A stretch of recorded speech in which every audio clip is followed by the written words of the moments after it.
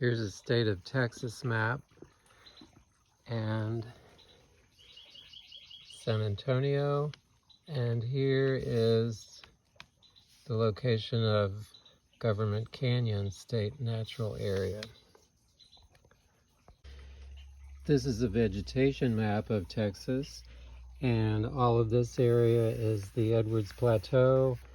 The dark green area is the Balcones Canyonlands, and to the south of that is the Tamaulipan thorn scrub. Government Canyon is right on the edge of the plateau, right here. This is a trail map of Government Canyon, and for this hike I started here at the visitor center and hiked up this trail 2.5 miles to the Dinosaur track area, and then back the same way.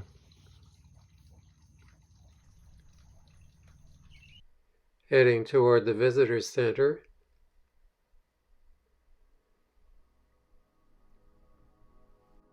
Here's a display of the karst geology that underlies the hill country.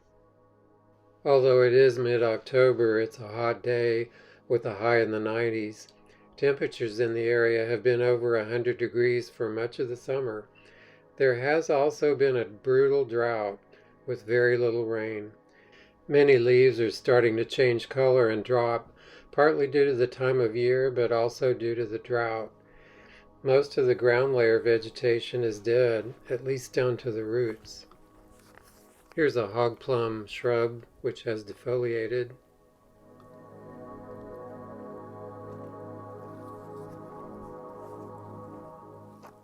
There are quite a few Texas mountain laurel in the understory here, and a big live oak in the background.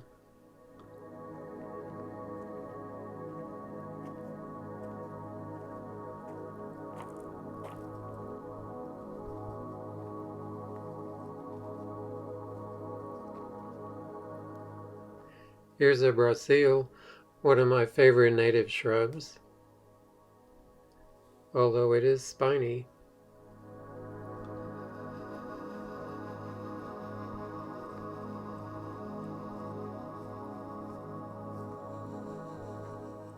Here is some more Brasil on the right. They can grow into a small tree.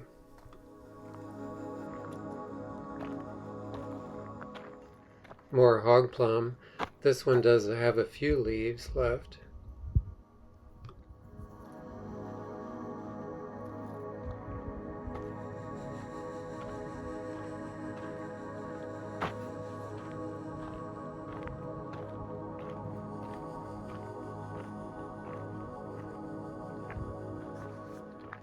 Evergreen Sumac, looking a little stressed.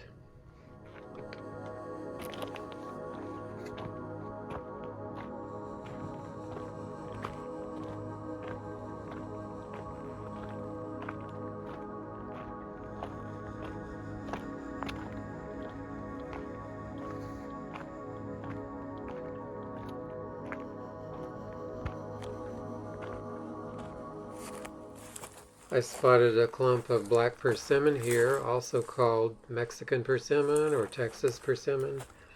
You can see the light gray trunks. Here's a single trunk specimen.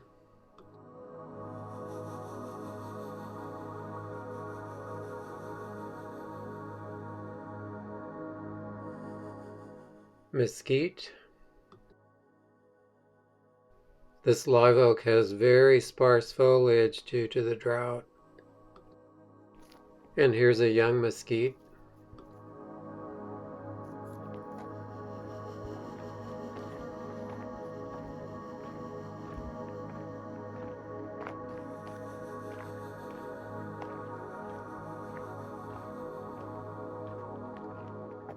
Here's a nice clump of mountain laurel, very thin foliage though.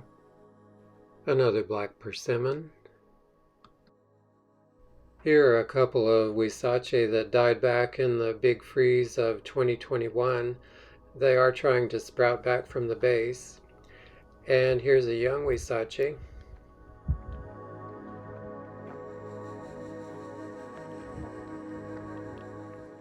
These young cedar elms are defoliating.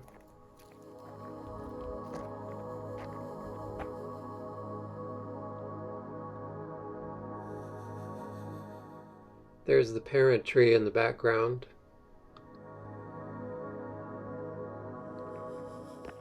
Another cedar elm.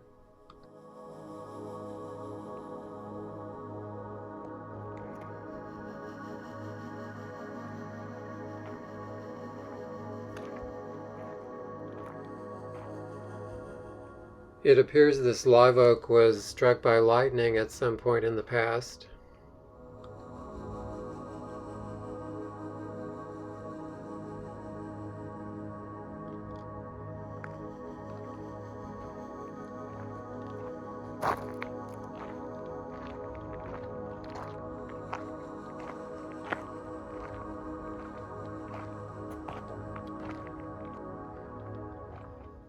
Here's a young Spanish oak.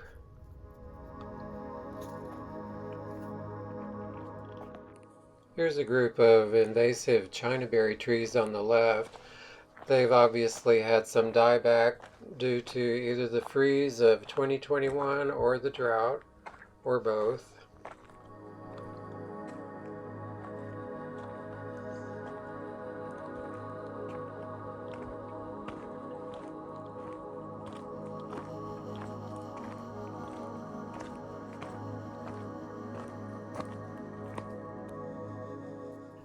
Mountain laurel.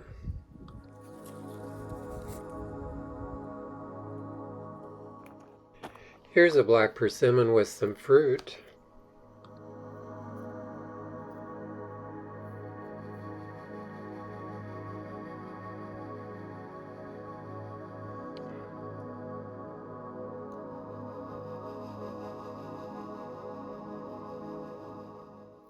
This is little walnut, and a larger one in the background.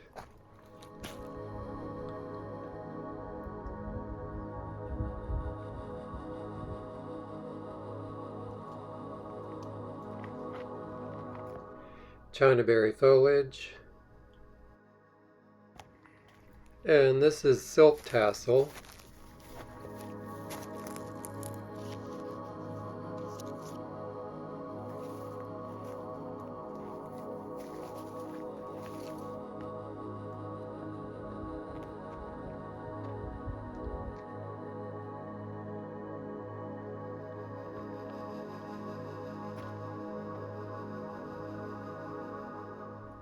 Agarita.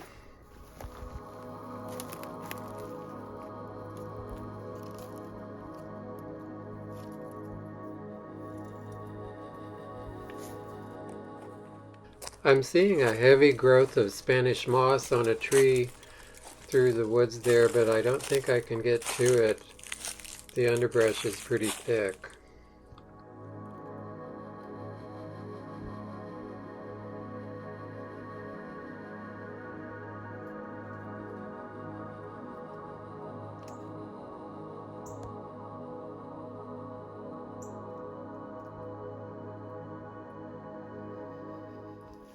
However, in the foreground is a young escarpment black cherry. You can see the horizontal silvery patches on the trunk.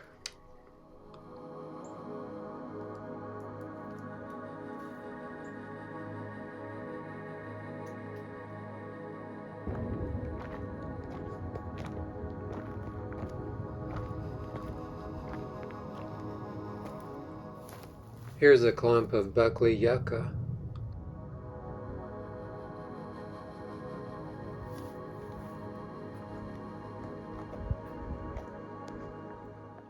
Possum haw.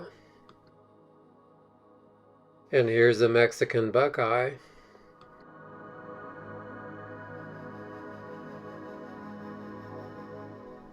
Here's a nice shrub, the oreja de raton, or Bernardia, one of the few South Texas shrubs that isn't spiny, unlike this greenbrier.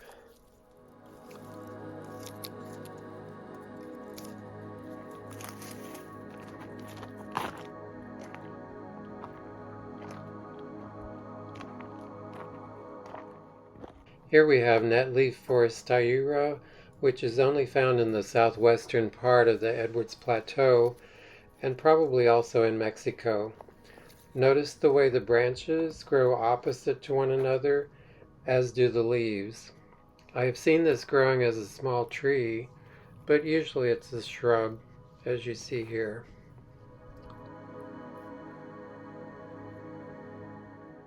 And growing nearby is the related elbow bush, which is more widespread.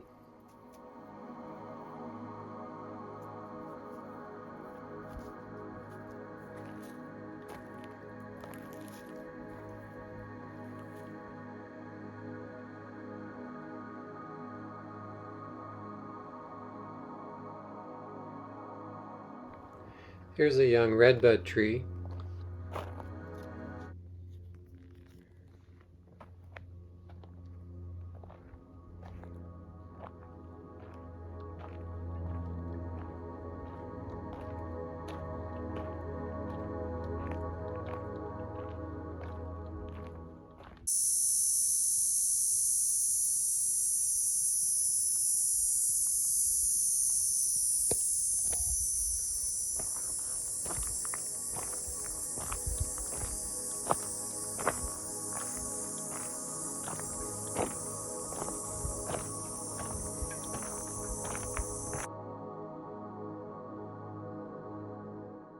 Here's a pink mimosa.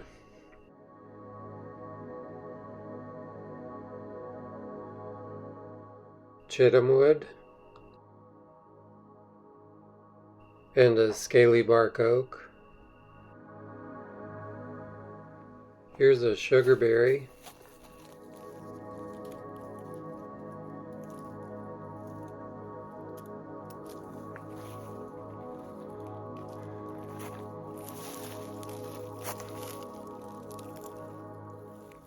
Notice the warty growths on the bark.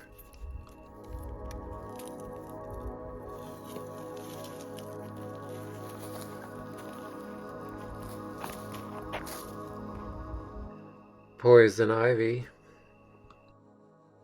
Mountain grape.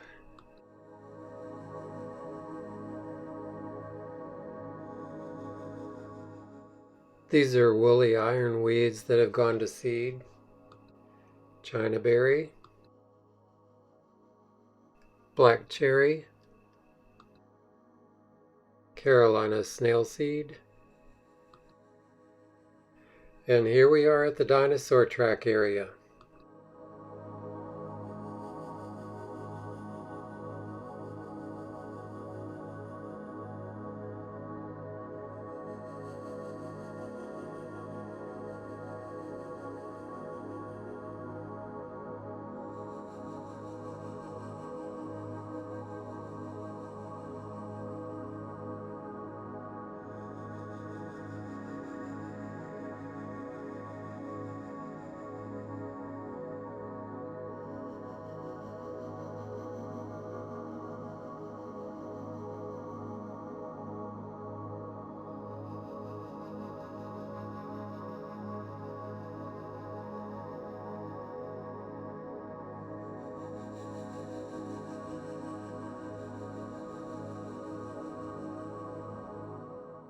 Here's another possum haw, a white mist flower getting ready to flower.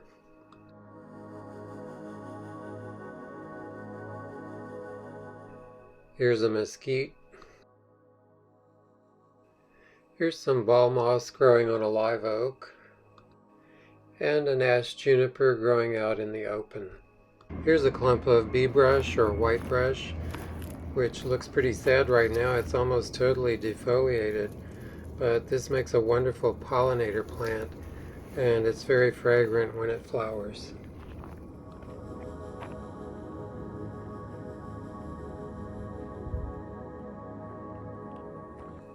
Here we have a Romer acacia.